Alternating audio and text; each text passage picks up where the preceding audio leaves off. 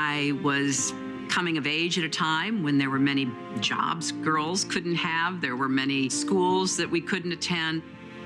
So when I heard about the conference, I very much wanted to go, because whatever role I played, I wanted to be seen as supporting the full participation of girls and women.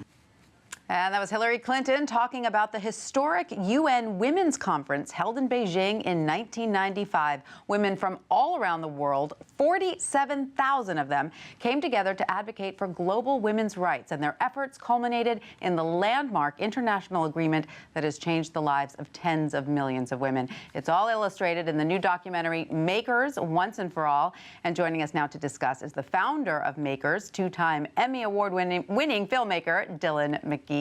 Dyllan, it's so lovely to have you here. So happy to be here, Tanya. What a fantastic film. You know, what's so striking about when you're watching it, you realize some of these issues that we think of as so obvious, female genital mutilation, human trafficking, were just beginning to be talked about on the international stage in 1995. I mean, I think that's why we did this film. You know, I mean, we want to tell the stories that, you know, both at Makers, that both you've known and you've never known. And this is a groundbreaking watershed moment. It really is. And yet nobody knows about it. And out of this conference, literally all the countries that participated put women's rights into law. And what was so groundbreaking is something that Hillary Clinton said in her speech in Beijing, which is that women's rights are human rights and human rights are women's rights. And people were shocked by that. Well, and she was shocked. She thought that wasn't going to be the big moment. She's talking about sex trafficking. She's talking about sterilization. Yeah. And yet the basic thing that human rights are women's rights, that's what resonated across the world. That was the headline. Incredible. But so important. So important, and also so fascinating, that era, being in Beijing at that time, and how China didn't know what to do with these 47,000 women. No, and the favorite part of the film where they have sheets, they're worried that these crazy activists and feminists are going to run around naked. So they had sheets in their taxis to throw over them. We love that story. It's great. The whole thing is such a great documentary, so fun to watch. You, of course, have made many films about women and the wonderful things that women do. Tell us about Makers.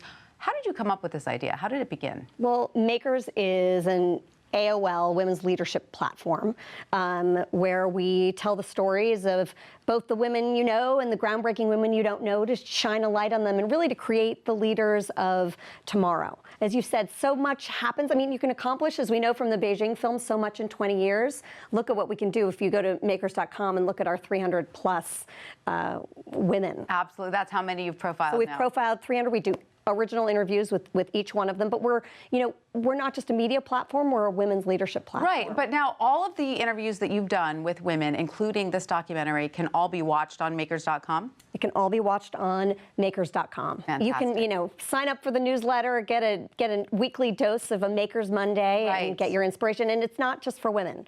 Men tune in as well. What inspired you at the beginning? What made you decide to make films about these women? It all started when I went to Gloria Steinem and asked her to do a film on her life. And she said, you can't tell the story of the women's movement through the story of one person. And thank God Tim Armstrong believed in the vision, and AOL made it happen. Fantastic. And now look at all of these fantastic interviews. Now you've also started a relatively new initiative called Makers Corporate. Tell us about that. We call it Makers At. The idea is that we have 300 makers that we profile, but there are groundbreaking women in corporations across America, across the globe.